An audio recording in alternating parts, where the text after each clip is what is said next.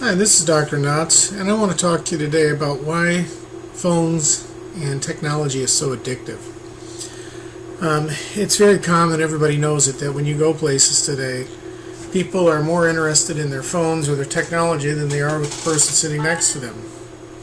I recently heard a man talking, and he said he went out to dinner with his wife and family, and he said here were 5 people sitting at the table, and he was the only one not looking down at their phone, playing with the phone and reading things. The reason is this. One of the aspects of what's necessary for survival is social interaction. Isolation it's a very rare commodity that anybody can survive it or even thrive on it. You'd have to be an extreme phlebotomist or phlegmalinist, Phlegmolaitions. I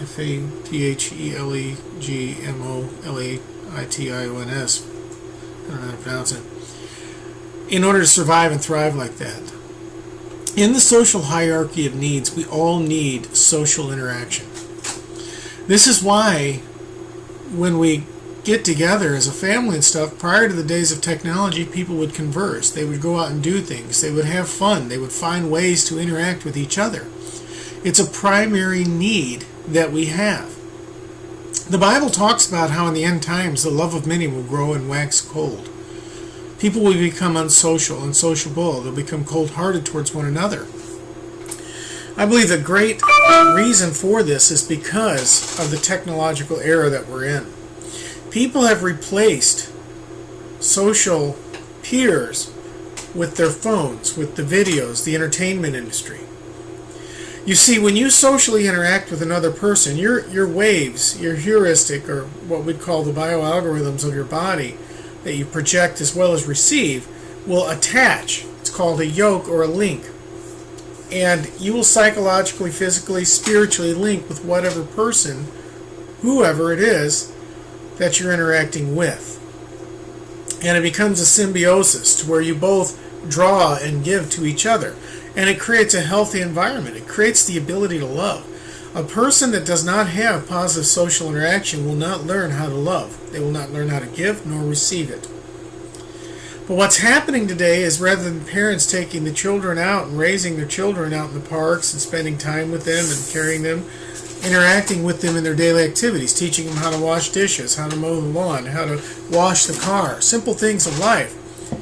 Instead, they let the child sit and watch a television show or work a computer. And I've seen children now as young as 2 years old that are properly interacting with their devices.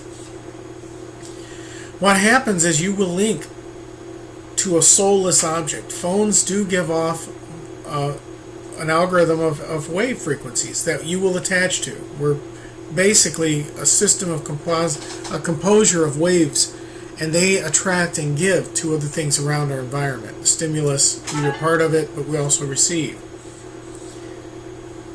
Well, what happens is when people get attached to their phones or soulless objects, they don't learn how to love, but actually it will suck the ability for them to love, and they'll become like the object they're using.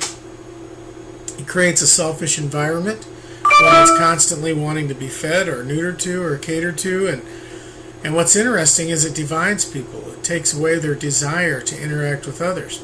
That's why when you go to restaurants now, you take your kids, your wife, or you just go out with friends, you're going to see a majority of the people aren't interacting with anything around them. They're on their phone.